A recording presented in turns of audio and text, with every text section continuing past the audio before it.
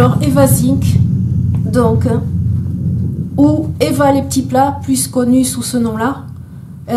Son témoignage, il est dans le livre, donc page 48, on regardera, feuilletera vite fait, il y a trois pages.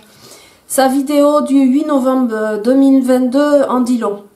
D'abord, en mars 2014, elle devient végétalienne. Elle a une chaîne YouTube, donc. Hein. Elle a écrit aussi un livre qui s'appelle, pardon, parce que j'en ai des notes, qui s'appelle Les petits plats d'Eva, aux éditions La Plage. C'est la même édition que le livre Vegan de Marie Laforêt et plein d'autres livres que Marie Laforêt a édité aussi là. Et elle est chef cook sur Sea Shepherd depuis 2015. Voilà. Alors, son souvenir le plus fort, c'est la libération d'un homard d'un filet de fantôme. Elle en parle là dans ces pages-là. Hein.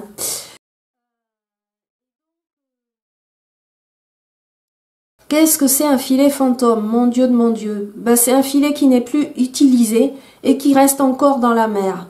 Le titre de sa vidéo, c'est « Pourquoi je ne mange pas de poisson ?»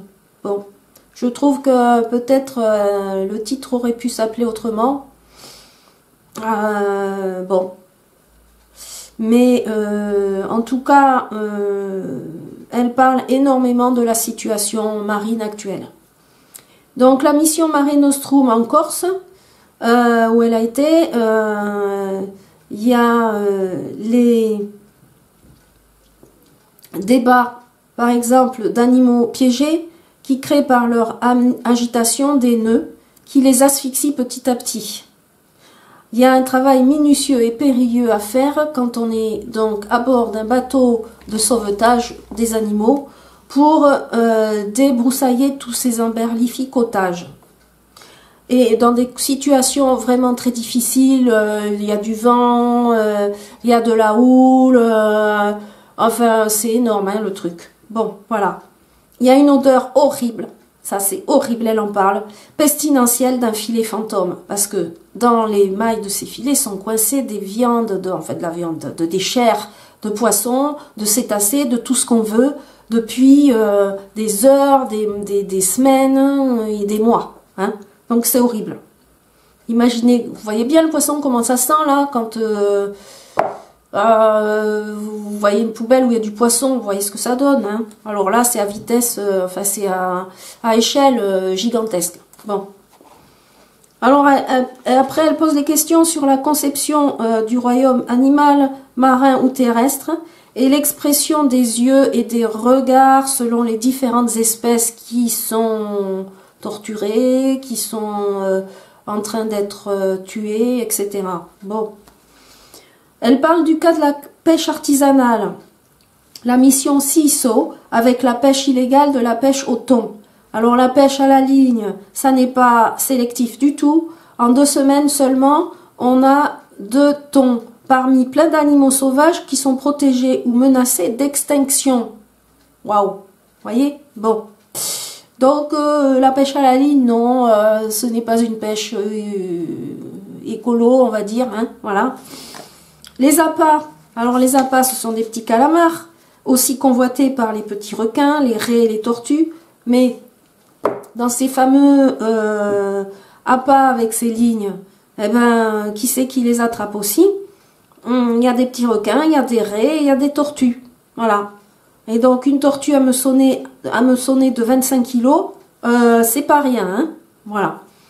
Donc Eva, elle gère sa colère, son inquiétude dans une mauvaise mer avec des courants, 1 mètre de houle et en plus de nuit. Elle raconte ça, ce sauvetage de cette tortue. C'est très dangereux, donc il faut couper la ligne et il faut amener la tortue sur le bateau. Bon.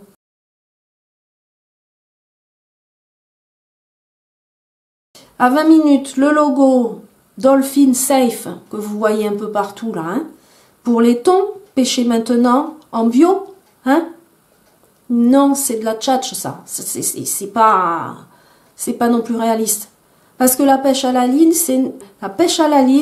elle n'est pas une pêche éco-responsable comme je viens de le décrire, n'est-ce pas? On a en plus, je vous dis pas tout ce qu'ils récupèrent, en plus des filets fantômes, Là, ils ont récupéré 200 km de lignes libérées, la plus longue étant de 20 km, la seule, la plus longue. Vous imaginez la longueur du nord au sud de Paris, la distance. Eh bien, ça fait 9 km. Hein? Alors, vous imaginez, quoi. Hein? Les poissons saignent. Ça, c'est un rappel. Et les poissons ne hurlent pas, c'est un autre rappel. Mais ils saignent et ils souffrent. Alors, à 29 minutes, elle parle des zones mortes. Et là, c'est désastreux parce que à force de cette surpêche, eh bien, il y a des kilomètres de lignes dans les eaux qui sont au large des îles éoliennes. Là, on est en Grèce, hein, en Méditerranée. Et les animaux, ils quittent les lieux. Voilà, ils viennent plus là.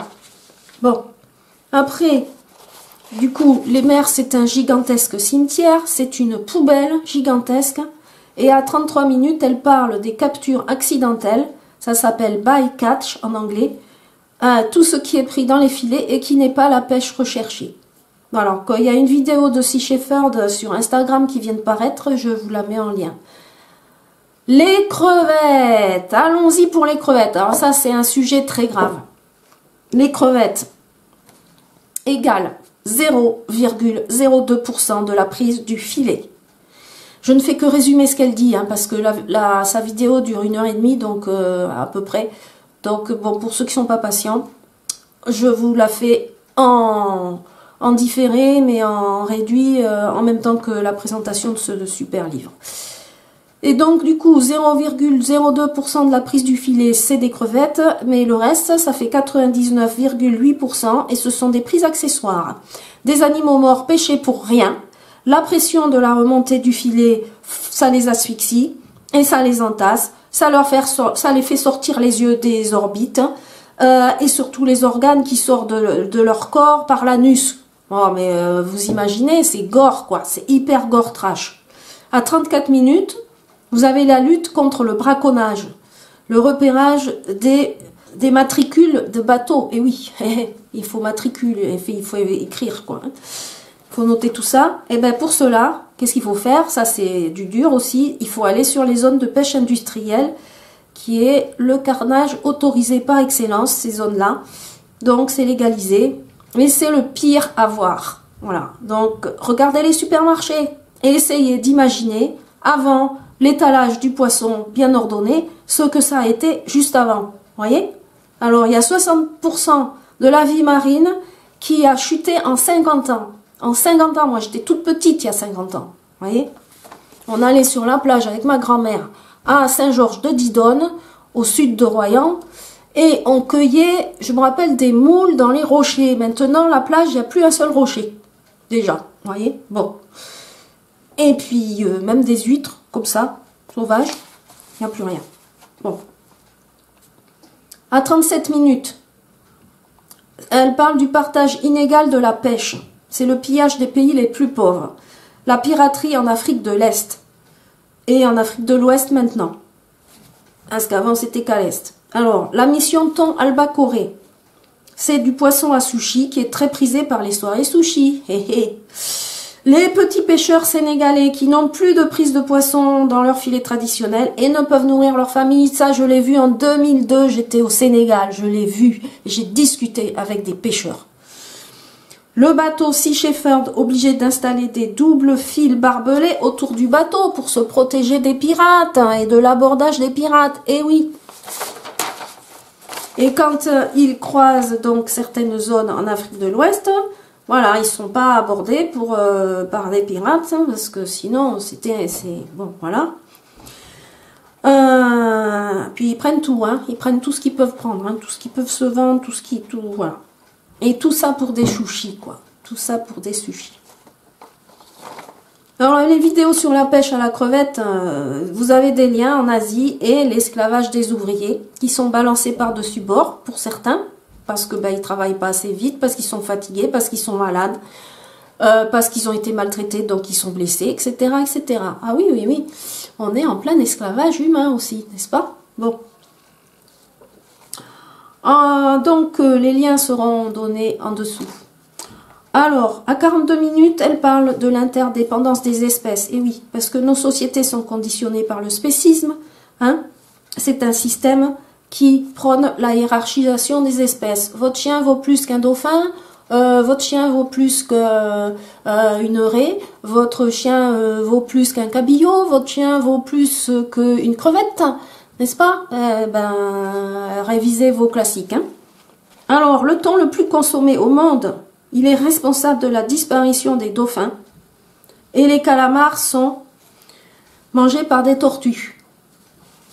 Donc, le saumon en Colombie-Britannique, il est trop pêché. Du coup, ça fait disparaître les orques. Il en reste plus que 74. Les océans produisent, pour rappel, 70% de l'oxygène sur la planète. Non content de tout ça, elle parle aussi des oiseaux marins. En 2022, il y a 49% d'oiseaux marins qui ont disparu et 436 espèces d'oiseaux marins menacées, soit 30% de la population mondiale d'oiseaux marins.